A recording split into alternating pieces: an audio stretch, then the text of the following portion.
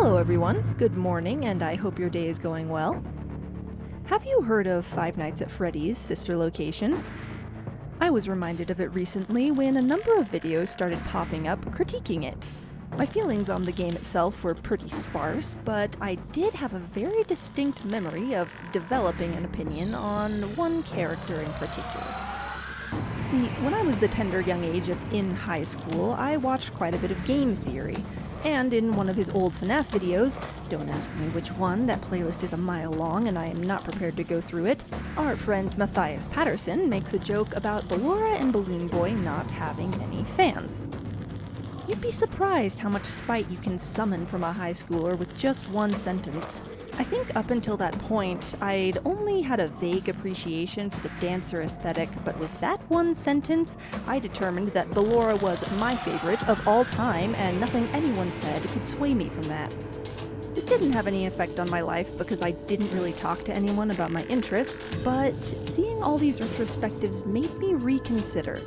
My appreciation started from a place of defiance, but I felt like I genuinely did like her the most out of all of the Funtime animatronics. So I decided to do a little digging and figure out why. So I started writing a video about why I liked Ballora, and in the spirit of academic honesty, I decided to play Sister Location.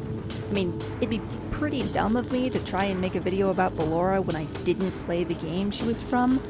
And, of course, to the surprise of no one except me, I developed opinions when I played this video game.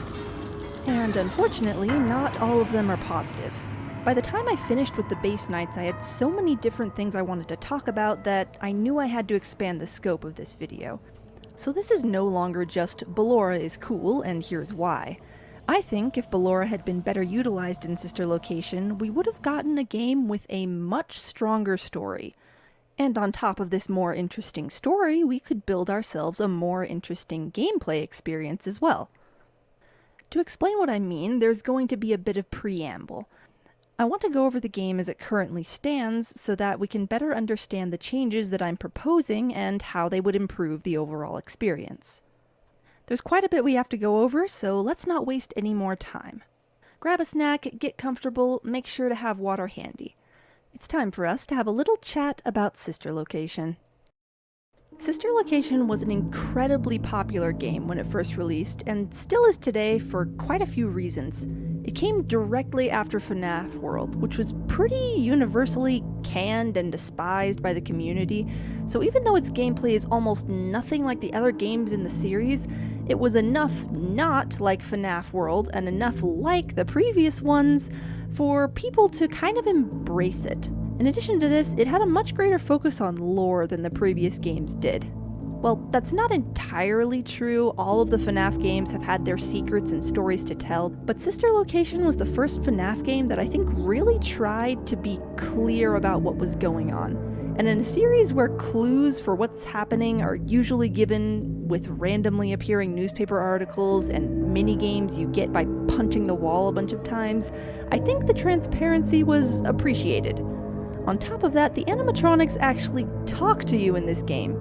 Dialogue wasn't anything new in the FNAF series, RIP phone guy, but dialogue from the monsters trying to kill you? Pretty new concept and very intriguing for the time.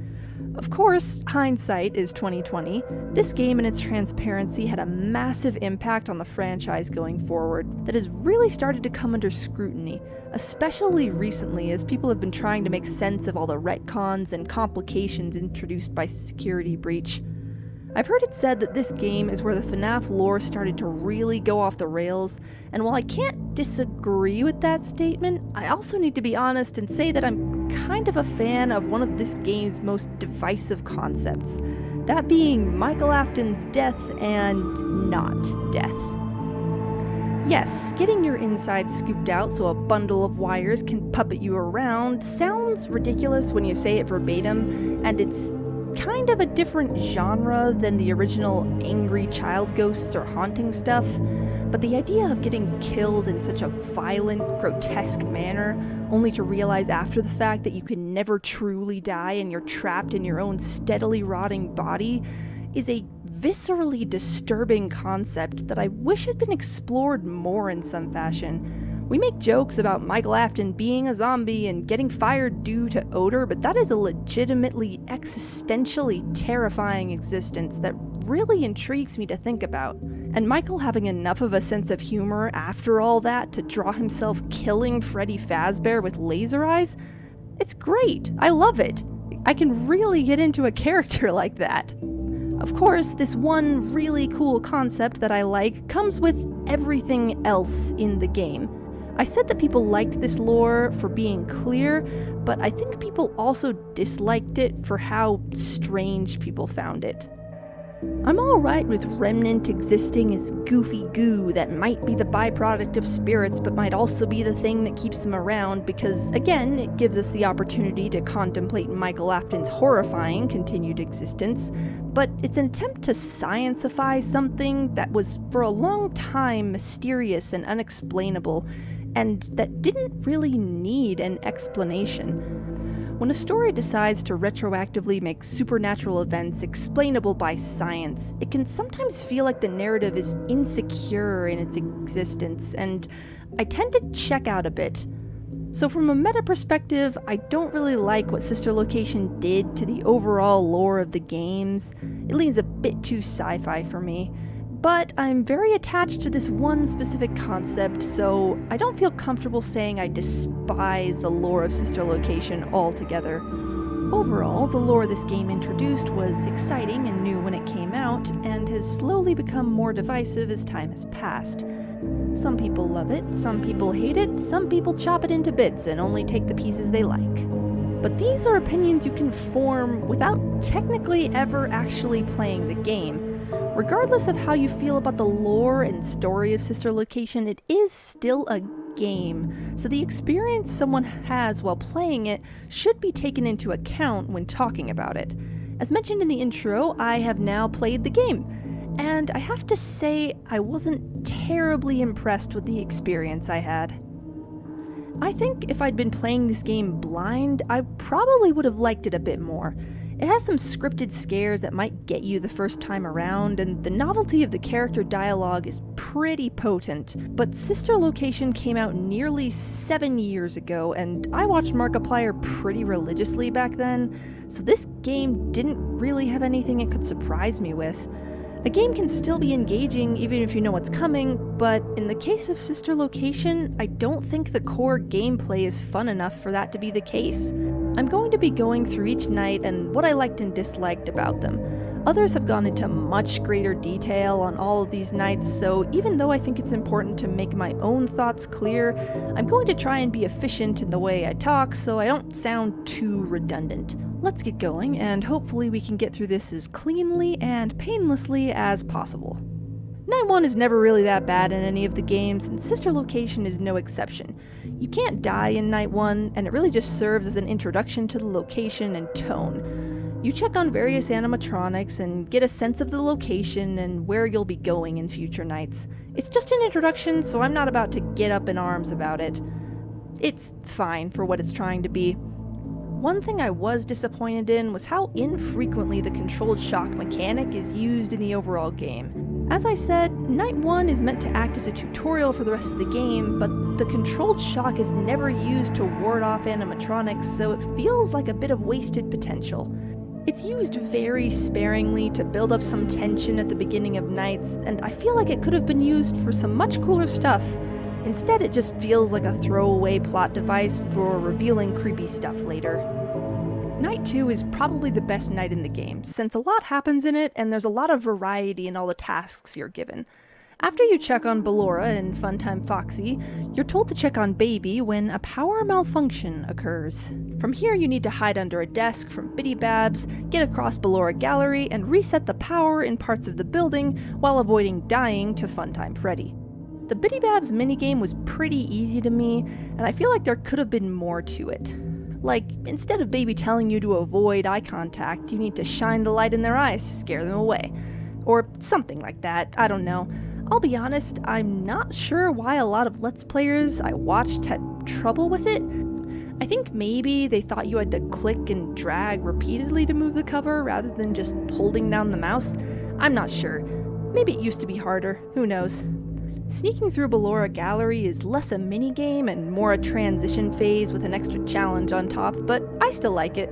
I had fun with the listening mechanic, and the music helped the mostly black screen to have some interest instead of just being nothing. Funtime Freddy's minigame is probably my favorite in the whole game. Once you reach the maintenance room, you need to flip up a monitor and hold down a button to slowly reset power in different areas of the facility. When you have the monitor up, Funtime Freddy will try and get close enough to kill you, so you need to periodically exit the panel to play a voice line from his Bonnie hand puppet to gaslight him into thinking you're not there. I think this minigame does a very good job building tension. Forcing the player to look away from the threat is a good way of building fear and suspense, and because of that dread at the possibility of dying, you just want the section to be over, so it's very easy to get greedy and try and get the percentage just a little higher before you check on Freddy again. But this sort of greed is punished swiftly and with prejudice in the form of death via a very well done jump scare. As long as you're patient, I think this minigame presents a fair and fun challenge, one that only took me a couple of tries to beat. It never felt unfair to me because every time I died, it was because I tried to push my luck too far, and I felt like I got closer with each attempt. Once you manage to reset power, you go back across the Ballora Gallery to get home. Ballora has some dialogue here, but you can't die, so you can rush through if you really want it to be done. Thus ends Night 2, the night with arguably the most diverse gameplay, and definitely the one I enjoyed the most. Night 3 was a bit frustrating for me. On this night, you need to go through Funtime Auditorium, Funtime Foxy's area, to get to another maintenance room where you do some work on Funtime Freddy. Funtime Foxy's mechanic is a bit like Ballora's, but worse. As you go through the gallery, you need to occasionally flash a light you're given to see if Foxy is in front of you. If he is, you wait until he moves out of the way so you can keep walking. Unlike the Ballora section, the only audio is the flash beacon sound effect and the scuffling noises of Foxy moving around, so there really isn't anything to distract you from the fact that you're just staring at a black screen. You can only briefly see glimpses of the room and Foxy when you decide to flash your light, and it's not very entertaining. I think this would have been a good opportunity to implement the shocking mechanic. Like, instead of just waiting for Funtime Foxy to shuffle out of the way, you instead have to use some sort of taser to make him move before continuing, with the caveat that using it too often makes him angry, or something of that sort. An extra mechanic like that could have helped this section be a bit more engaging, since, as it is, it's pretty lackluster. The Funtime Freddy minigame is where the true annoyance begins. You're tasked with removing Funtime Freddy's power module, doing this by pressing buttons in a certain sequence and just taking it out. This isn't difficult to do, and the suddenness of the outer shell opening is a good jump scare the first time you see it. But then you need to remove the secondary power module from the Bonnie hand puppet, which has conveniently decided to go for a stroll. Once you find him, you sneakily get close before clicking his bow tie. It sounds simple on paper, but I had so much trouble with this for what felt like entirely arbitrary reasons. In most of my attempts at this part of the night, I don't think I even saw Bonnie before he killed me. Apparently, there's a trick you can do to make Bonnie spawn in a specific location every time, but I didn't know that trick going in, so as far as I was concerned, I was losing this section over and over again because the game decided that I deserved to have a bad day. And if you take too long to find Bonnie, who is refusing to appear, you die and have to do everything over again. All of Funtime Auditorium and all of Funtime Freddy maintenance just to get a chance to try this 2-minute section again. It didn't feel like a challenge I was slowly understanding and getting better at. Every time I lost, it felt like I'd been cheated, because seriously, how on earth do you get this guy to spawn naturally? I'm not going to exaggerate and say this took me hours, but I was very tired of it by the time Bonnie sat still long enough for me to hit the button, which probably isn't the best mindset to have when going into Night 4 of this game. The start of Night 4 is pretty unconventional compared to others in the series and even in its own game. On our way out of Funtime Auditorium on Night 3, the player is jump scared by Funtime Foxy. This initially seems like a normal death, but as some dialogue plays and we wake up inside of some sort of suit, we realize that this is Night 4 of the game. It's a neat idea, and it definitely intrigued people when it was first seen that this was the fourth night. But the gameplay itself? Yeah, it's not good. And I want to be clear, I didn't go into this wanting to feel bad about it. I was actually kind of hoping I could defy this night's reputation and have fun with it, even if it took me forever to beat. But watching someone else play this doesn't truly convey the absolute slog it is to get through. I did not enjoy this night. I couldn't make myself enjoy this night, and believe me, I tried. In total, it took me a little over 3 hours to beat. And yes, in the grand expanse of the universe, that isn't very much time, but it's so stale and nothing when you play it. You only need to survive for 3 minutes, but it feels like ages. Nothing is happening except the ticking of the spring locks and your own rapidly deteriorating thoughts, and at some point I stopped feeling frustrated and just started to feel empty. Because of my life schedule, trying to beat this night didn't happen in one sitting. This means that this video took an absolute age to make, because while trying to beat Night 4, I had to basically gaslight myself into doing another attempt because my dopamine-deficient, ADHD-addled brain had come to the correct conclusion that doing literally anything else would be more fun.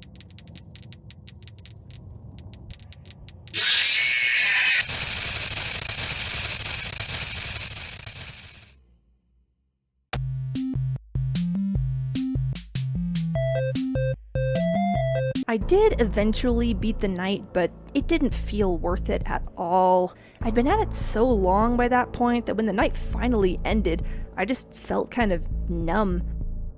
Now that a while has passed, I do feel a bit of melancholic pride that I was able to do it, but that's not enough to make the whole experience worthwhile. Which honestly makes me a bit sad because I can understand why this night came to be and even kind of what it was trying to do. Springlock suits are an interesting concept, and we've seen spring traps, so we know how dangerous they can be for someone. It makes perfect sense for Scott to try and utilize that terror, and on paper, being trapped in a springlock suit and needing to somehow ward off enemies at the same time sounds really cool. But as potentially harrowing as that scenario would be, in this case it just didn't translate to a fun gameplay experience. I wish I had something more positive to say, but that's the truth of it. Even if you're a based pro gamer who completed it on your first try, the only thing you got was a very bloated monologue and 3 minutes of clicking noises. I have no desire to play this night again, and there's only so many ways I can say, this is bad and I don't like it, so I think it's time to move on. Goodbye, Night 4. I won't miss you. Night 5 is kind of a weird one for me. It took me so long to beat Night 4 that when I did, for a second I forgot there even was a fifth night. And once that second was over, I really wasn't too jazzed about sticking with this game. I did my best to go into it with a good attitude, but Night 4 really knocked the wind out of me. So though I did complete this night, it was more out of obligation than personal desire. You're told that you need to do some maintenance on Baby, so you travel across the Funtime auditorium again to get to the maintenance room. It's pretty easy to do since this room is now empty because story reasons, although I wish this was communicated in some way, because I can imagine someone playing this blind wasting a lot of time hiding from a threat that isn't there. Once you get to the other side, hand unit's instructions get overridden by Baby, and you need to do a keypad minigame before following her instructions to the auditorium so you can get your organs scooped out. Spoilers, by the way. The keypad minigame is very strange, and I don't like it at all. Within the context of the game, it feels strangely arbitrary. Supposedly we need this chip so that Baby can keep talking to us in the auditorium, but she's been talking to us just fine throughout the whole game. Couldn't she just have used the loudspeakers like Hand Unit did earlier in Ballora Gallery?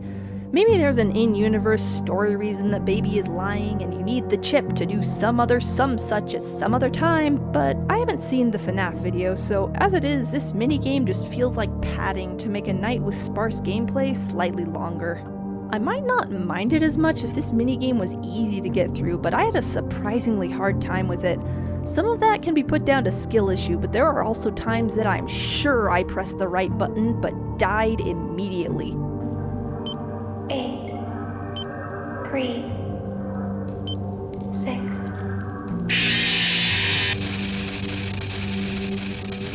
Maybe I was going too slow, or maybe the cursor was weird and wasn't actually clicking what I thought. I'm really not sure, and it bothers me that I can't be sure, because then I had no idea what I needed to change in the next attempt. Remember how I said you had to travel across an empty Funtime auditorium to do maintenance on Baby? Every time you die, you need to do that again. It's not a super long run, but if you're doing multiple attempts at this keypad, it gets pretty annoying pretty fast.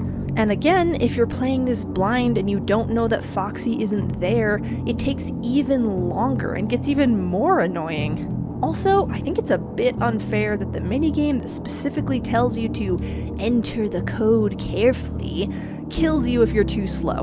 Like, sorry it took me a millisecond longer than you wanted. Next time I'll just smash my face against the keypad, make it faster for both of us. The one thing I'll say is cool about the keypad is that you can faintly see Ennard in the background, even after Baby is taken away at the end. That's pretty neat.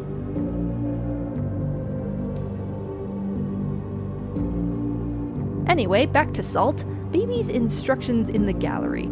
She tells you to go forward and left, which I interpreted as go forward a few steps and then also start going left. Apparently, you're supposed to just hold A and W at the same time to go in the direction she wants.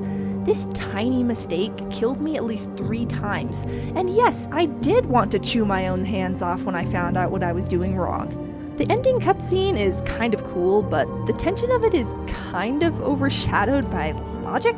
Like, my man Michael just sits there and lets himself die.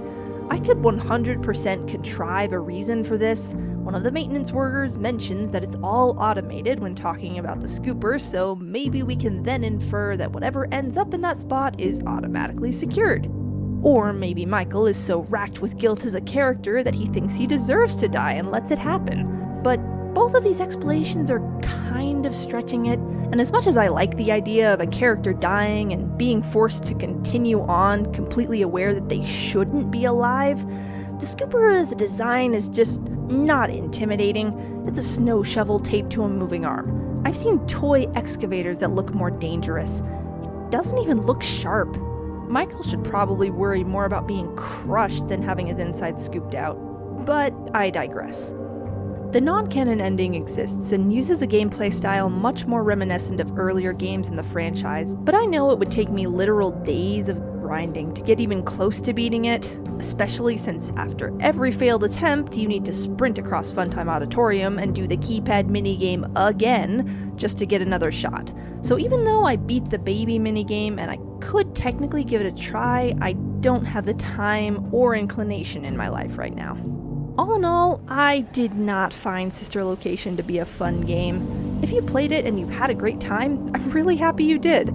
I wish I could say the same. But I have to be honest and say that the most fun I had playing Sister Location was when I was bouncing to the music or playing this circle click the nose game I made up.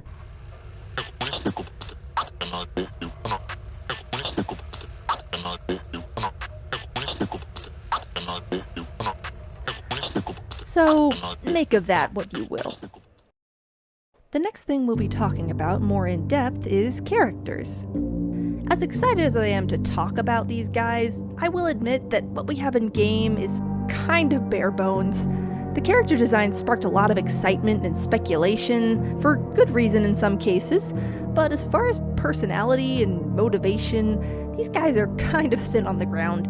But hey, I've done much more with much less, so let's see what kind of cake we can make out of all these crumbs. Funtime Freddy and Foxy definitely suffer the worst from bare bones character syndrome, which is why I'm lumping them together. Tell me which is worse, getting no voice lines in the entire game, or literally living in a supply closet while everyone else gets some kind of show stage.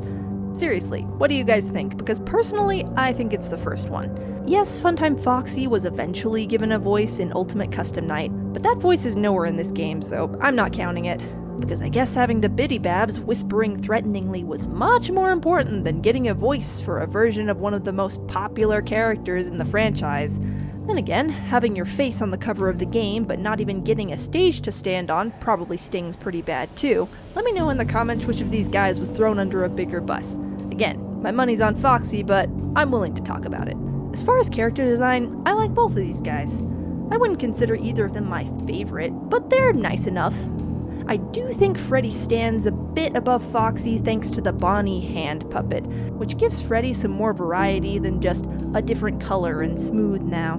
Of course, this has the consequence of Bonnie not really being a character at all. Freddy and Foxy don't have a lot going on, but Bonnie didn't even get a color palette switch, which is a bit sad. Although he does get his hilarious moment in the spotlight when Freddy chucks him at you in the custom night. My only sadness about not beating the secret night is that I didn't get to witness that firsthand. As for nighttime mechanics, I'll just reiterate them quickly. Funtime Freddy has what I think is the best minigame, which feels tense and challenging without it being unfair or impossible. I can't speak very highly of his second minigame, which frustrated me a lot, but I'm willing to blame that one on Bonnie. The little guy might not have a character, but he definitely knows how to make a nuisance of himself. Foxy's minigame is bare bones, to put it generously, and unlike Funtime Freddy, Foxy doesn't have Kellen Goff's excellent voice acting to elevate his performance. Most of it is just a black screen, with occasional flashes of a room that just doesn't have much going on. Again, I would have loved to see the controlled shock be incorporated here in some way. It makes sense for it not to be used with Freddy since he has no stage to go back onto, but I feel like it really could have worked for Foxy. When it comes to actual character and motivation, Foxy is once again taking an L. Most of the personality of these animatronics is conveyed through voice lines, of which Foxy has a very disheartening none whatsoever. Once again, I'm aware they have lines in Ultimate Custom Night, but we're talking about Sister Location here, and they just have nothing to offer in this game. If the kidnapping was Funtime Foxy's idea, that could be a point in their direction, but there's nothing to substantiate that headcanon, so I must sadly report that Foxy doesn't have a lot going on in this game. It's okay, buddy. You tried. I think. Freddy, on the other hand, is full of personality, perhaps to a concerning degree. All of his voice lines are very effective in communicating that Funtime Freddy is enthusiastic, gleeful, and very much unhinged. He perfectly channels the energy of that one clown your parents hired for your birthday party that made you cry in terror, but your parents paid good money to have him there, so they insisted on taking a photo of you in his lap even though you were scared out of your mind and sobbing the entire time. He doesn't give me the impression that he's trying to kill you because he's angry, he's just getting a kick out of trying to murder you. Which is fitting for what he is and makes for a very memorable character, so even though he doesn't do much story-wise, I still like him quite a bit. Speaking of characters I like, let's talk about the one that got this whole video to be made in the first place. Yes, everyone, at long last, we're talking about Ballora. We finally get to start talking about the character showcased in the thumbnail. Praise and hallelujah! She is unfortunately another casualty of bare bones disease, but there are things to appreciate here. I like her for her aesthetic, as well as the fact that she just feels different from the other animatronics. In a sea of animatronics that maniacally laugh and taunt you, Ballora stands out as being particularly reserved in comparison, which makes it all the more jarring when she turns out to be just as murder-happy as everyone else. One thing I love about her design is how she keeps her eyes closed right up until she kills you. When she's just standing there with her eyes shut, she seems calm, almost placid, but one look at her jump scare reveals the ghoulish nature hiding beneath. It's such a cool aesthetic, and it stands out to me more than pretty much any character in the series. I will admit that what little gameplay she has is pretty similar to Funtime Foxy, but I don't find myself as annoyed by it as Foxy's. Maybe it's just because it was earlier in the game and I hadn't really gotten tired of Sister Location yet, or maybe it's just that I didn't have to redo it a bunch of times, but I think it works well. I really wish there was more of it, or more of Ballora in general, but it's perfectly serviceable, and it's on the way back from this gallery that we get to hear Ballora's voice lines. I'm honestly a little unsure of how we're meant to interpret these voice lines. Is she legitimately convinced that there's nothing there, or did she just decide to let us go this time? These are the only voice lines she has in the game, so we really can't be sure. There's apparently also a song that Ballora sings in-game, but I couldn't hear it at all when I was playing, and I'm not about to be digging through the game files for it.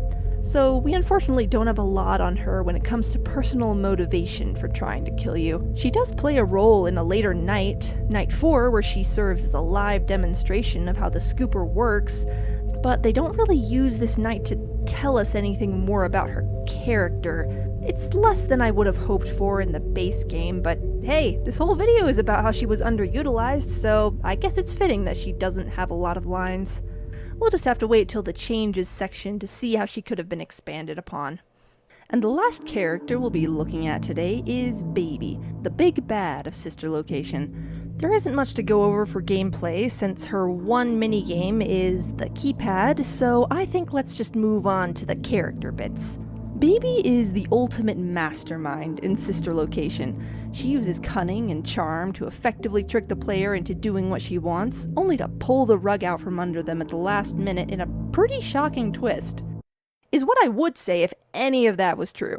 See, Baby has the most dialogue out of any character in the game by a pretty significant margin, and it gives us a much clearer picture of her than we can get of anyone else. And it's incredibly clear to me that Baby thinks she's some kind of mastermind.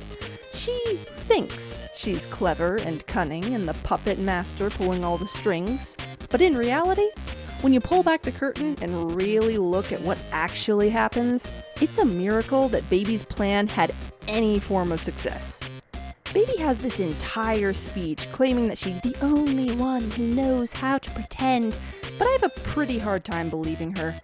For all her talking, Baby doesn't actually do much in the game, and the things that she does do don't make a lot of sense when you remember her intended objective. There is absolutely no reason for her to admit to kidnapping you on Night 4. First of all, Baby, no you didn't. Funtime Foxy is the one who jump-scared us, so they clearly did all the work. And second of all, why would you claim responsibility anyway? It would have been much easier and more in line with Baby's motivations for her to blame the entire incident on them. And why did she even decide to kidnap you in the first place? Her decision to do this destroys any chance of thinking of her as a good guy, and Michael was already coming back each night very consistently, so I have no idea why she felt the need to do this. Even if you don't guess that a complete betrayal is coming on the next night, this kidnapping clearly establishes to the player that Baby is willing and ready to hurt you, basically eliminating any uncertainty about how we're meant to think of her. The only reason Baby's plan succeeds after this is because Michael's sense of preservation died along with his siblings. Literally anyone else would have run for the hills at this point. Later in the keypad minigame, she claims she needs to be careful not to move.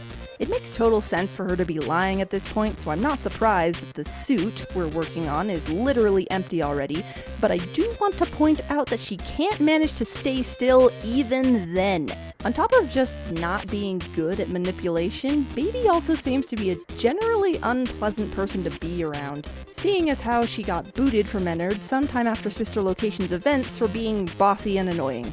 I've heard some say that it's because the animatronics disagreed with her trying to help William or something, but that's not it. Looking at the dialogue, she got kicked out because she was crowding them and trying to tell them what to do. It wasn't because of some ideological difference, they just thought she was annoying and bossy and they weren't gonna stand for it anymore. And then, in Pizzeria Simulator, she has the audacity to act like some sort of authority and speak for the others when she was literally kicked out of the only group that could have possibly understood her. Absolutely incredible. Sorry, I realize that was a lot and I'm really going after Baby here, but I'm seriously just so sick of her attitude. She acts like she's genius incarnate, but literally does nothing but talk to you the entire game. It's possible that the reason she only speaks to you and doesn't do anything else all game is because she's already part of Ennard at the start, and so she literally can't show up face to face, but that just makes the stunt on Night 4 even worse. No matter how you look at it, Baby is an idiot for no reason. If she just decided to kidnap Michael for funsies, then she's going against everything she's pretending to be. And if Funtime Foxy did it for funsies and Baby decided to take credit for that, then she has worms for brains, because why would you do that if you're pretending to be nice? And after this night, she goes right back to being soft-spoken and kind and trying to trick you. It's just such a strange moment that I don't understand the logic for, and it's so out of left field she almost seems like a completely different character. In fact, I think Night 4 and this whole game could be improved if the one kidnapping you was a different character. I think the one to orchestrate your kidnapping on Night 4 should not have been Baby. It should have been Ballora. As I stated in Ballora's character section earlier, Ballora really should have had more going on. She just feels so different from the other animatronics we've seen, but we only get one tiny section with her and that's it, when that uniqueness could really have been used in an interesting manner. Ballora's aesthetic and general vibes fit the whispering temptress archetype much better than Baby does, where Baby is meant to be the star of the show, loud and proud and literally holding a microphone. Ballora is the one in the background, just listening and waiting. She would be the prime character to hear everything, and she's poised and held back enough to wait for just the right time to use that knowledge. Imagine with me for a moment that after you're taken on Night 4, instead of hearing a very long and ultimately pointless speech about pretending, you're instead greeted by the voice of Ballora. At this point in the game, Baby has been talking to you for a good long while. You know her, and even if you don't trust her, she's still becoming a very familiar presence. Ballora, though? Ballora has spoken only once so far, directly after a somewhat difficult minigame where you're just trying to get home. Ballora is a complete unknown here, and that's much scarier than the voice that's been giving you helpful instructions this entire game. Remember how I mentioned earlier that I was unsure how to interpret Ballora's dialogue? That I didn't know if it was intended to be her letting us get away or that she genuinely didn't see us? Having her do this would be a natural follow-up to an interpretation of that dialogue. She allows you to get away on Night 2, but makes arrangements to have you kidnapped the very next night. And once she has you there, she could taunt you, asking you if you really know what's going on here, which makes for much subtler foreshadowing than Baby literally bragging about how good at lying she is. From there, she could do the same thing Baby does, be ominously curious about us before talking about what the scooper is, which would make it 10 times more jarring when she gets her insides ripped out and splayed across the floor right in front of us. Like, she was talking to us just a second ago and now she's in pieces. And right near the end, maybe Baby could swoop in with extra information to get you through the night. When faced with the very actively threatening Ballora and the ominous but has always been helpful Baby, it would give players an actual reason to trust Baby and feel betrayed on Night 5. There's a lot of interesting character things you can do with this sort of setup. Maybe Ballora is angry because she knows what's about to happen to her, and after she's scooped, her insides add another layer of macabre to the night as they keep twitching and slithering around. Even just having her laugh as you're trying to survive would be more interesting than the constant ticking happening. Maybe she could mess with the PA system to make it harder for Baby to talk to you. Maybe we only have one arm in the spring-lock suit and we need to use the other to shine a flashlight in her eyes, forcing her to back off until we can get the spring locks under control. Maybe none of these ideas would work out, but having Ballora as the threat on Night 4 would have been much more impactful than just a bunch of no-name mini-renas skittering around. But one thing you might be asking is, why? Why would Ballora want to kidnap the player in this proposed scenario? To be honest, you can give her pretty much any motivation and it would make more sense than Baby deciding to do it. Maybe she's curious about the player and why they continue to work there despite the danger. Maybe she's fed up with the mistreatment of this place and you're a convenient person she can take this out on. I think both of these motivations would contribute and be interesting, but I think the main reason Ballora would decide to do this would be to spite Baby. Something I haven't mentioned up until now is that if you look at the dialogue, Baby seems weirdly antagonistic towards Ballora. It seems like she takes pretty much every opportunity to be petty towards her. Like, in the Night 4 pretending speech, she puts great emphasis on the fact that Ballora never learns, and that's why she's getting scooped today. Within the context of the scene, it just feels kinda weird. Like, dang Baby, Ballora hasn't said anything to you, why are you going after her like that? If it was just this one time, I think I could dismiss it, but this sort of thing happens a lot. Like, at the end of Night 5, when we're about to enter the scooping room and Baby puts special emphasis on Ballora being afraid of the scooping room. Even the fact that it's supposedly Ballora stalking you through Funtime Auditorium is weird. Why didn't Baby say you were being stalked by, I don't know, Funtime Foxy? We are literally in the Funtime Auditorium. Ballora doesn't even go here. Yes, there is a way to get to the scooping room from the auditorium, and likely vice versa, but the player isn't meant to know about this on a first playthrough. So Baby choosing Ballora as the threat doesn't make sense if she's trying to convince you that things are normal. And within the universe, Michael wouldn't know about this vent either, since he always leaves through the actual entrance and hand unit says that he's not supposed to be there. Within the context of the in-game universe, it makes about as much sense as her warning the player to watch out for Funtime Freddy, who, friendly reminder, lives in a closet on the other side of the building. You could claim that Baby used Ballora as the threat because her scooped remains might explain Ennard's appearance if the player saw them, but that would imply that Canon Baby thinks things through. I kidnapped you. Which I think we've established is not something she's skilled at. It really just feels like Baby is taking every opportunity she can to undercut Ballora and make her look bad. It's just another weird thing in Sister Location that exists but is never expanded upon, which is sad for the main game but very useful for a reimagining. Ballora doesn't get enough dialogue for us to see if she feels a similar disdain for Baby, but we do know that the Funtimes later kick Baby out of the Cool Kids Club on account of her bad vibes and generally rancid attitude. So I think it's safe to assume that in our rework of events, Ballora would pick up on the passive aggressiveness and have a little bit of her own in return. Although the two of them are technically working towards a mutual goal of freedom, there is absolutely precedent for this interpersonal tension to be there. Animatronics working against each other isn't something we've really seen in the franchise except for maybe Security Breach. This conflict would have been interesting to explore and see play out, and it would have foreshadowed the eventual splitting up of Baby and the others, which is something that just sort of happens off-screen between Sister Location and Pizzeria Simulator. Having the animatronics already griping with each other in this game would have made the eventual split feel more like a, yeah, that makes sense, instead of a, oh, I guess that happened at some point. I imagine it goes something like this. Baby has proposed the bunch of animatronics in a human trenchcoat plan to the Funtimes. They agree, but they don't really like how much she's tooting her own horn about it.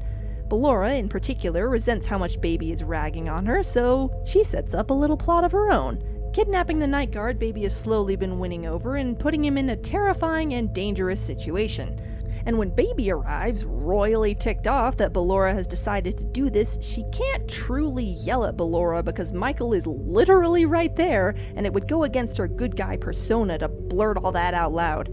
Ballora would of course know this and planned for it to be that way, and she's thoroughly enjoying watching Baby seethe, while some of her other emotions about the situation leak through.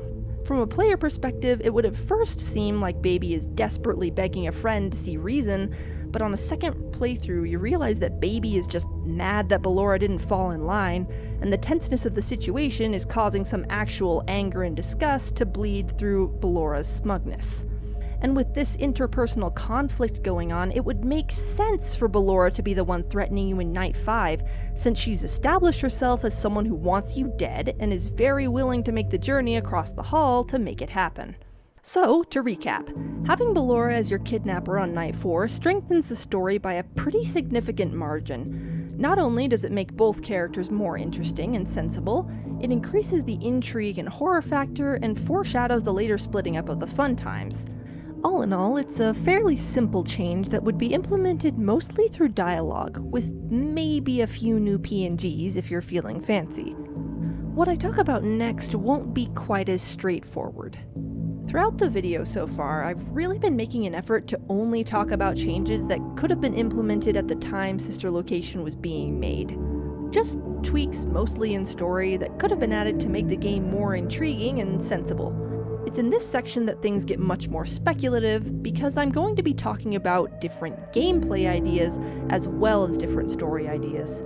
I'm keeping the basic framework of Baby versus Ballora because it's an interesting character dynamic that gives us a good foundation for drama and intrigue, and it foreshadows what happens to the Funtimes later. But the gameplay restructuring I'm proposing is one that would require a complete overhaul of the game, and it is much more work than just giving the voice actors a new script. Please bear with me, this is my time to throw spaghetti at a wall, and I have no idea what's gonna stick. My thought for a complete gameplay refiguring would involve changing the night guard from part-time to full-time. Rather than working 12 to 6, the hours are now 10 to 6. The extra 2 hours would be dedicated to animatronic repair and maintenance.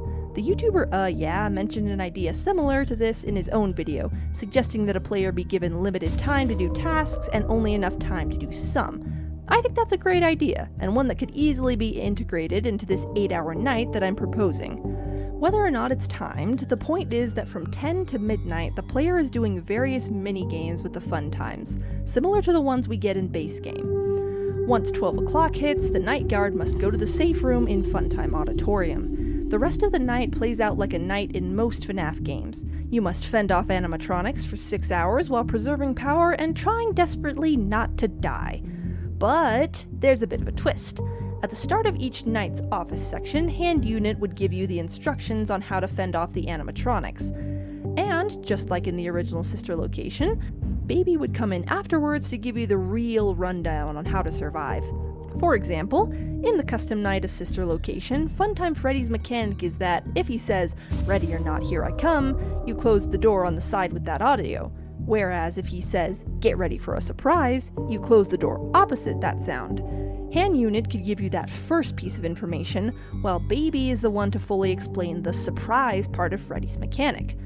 As I stated before, I didn't play Custom Night, so I can't speak for its quality, but the fact is that these assets exist, making me confident that something like this could exist and work fairly well. I think the player should still have to physically walk out after completing each shift. After having just completed a classic survive the night scenario, forcing the player to leave their only place of safety in order to go home would make for some great tension. And it would still allow for the Night 4 kidnapping to occur, since even though it fell flat in the main game, I hope I've established that it's actually a pretty cool idea that would allow for some very meaty character interactions. Plus, the scripted jump scare lead-in to Night 4 would be 10 times as surprising and disorienting to the player if every other night they just walked out of there no problem. One last thing this new structure would allow for in the game would be an actual choice regarding the endings. The safe room ending in the original sister location is strangely convoluted to get. You need to complete a strange minigame and then run completely blind through the darkness, and if you actually get to the room, you're faced with a very difficult night that the game hasn't done anything to prepare you for.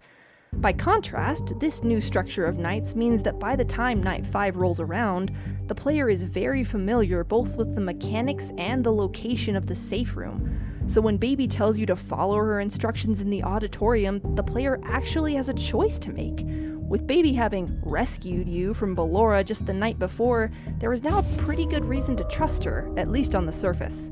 On the other hand, the player knows that this safe room can keep out any animatronics hunting them, and so running for it would feel like a pretty decent option as well. In this hypothetical game, following Baby's instructions would actually be a choice instead of the only route available to you, which would make her betrayal an actual slap in the face instead of just a formality. In conclusion, Sister Location is a game with some interesting ideas that it just doesn't capitalize on. This video is about Ballora specifically, and I completely stand by what I said, but there's honestly room for all of these characters to get a bit more screen time. Who knows, maybe if Funtime Foxy had gotten a voice line or two, this whole video would have been about how they should have been the kidnapper on Night 4. Up until recently, and as I was writing this video, I had resigned myself to the idea that these characters would only ever be expanded upon and appreciated in the headcanons of the community, and the Funtimes had been irrelevant to lore for so long that I didn't have much hope for even that. But then... boy oh boy howdy, it looks like some fun stuff is on the horizon. I'm not sure what Steelwool has planned for Sister Location. Maybe they'll do something similar to what I proposed, maybe they'll do something entirely different, or maybe Help Wanted will be a straight-up remake with no major changes whatsoever. Regardless of what comes of it, I'm very excited to see what's in store for these criminally underexplored characters. I hope I gave you a new appreciation, or at the very least a new perspective, on everyone's favorite spidery ballerina. I look forward to seeing what the future holds for her, and hopefully, sometime this year, we'll get to see her and the other Funtimes with a bit more depth than they were granted in their first introduction. In any event, thank you so much for watching. Until next time, take care of yourselves and each other, and I will hopefully see you all again soon. Bye!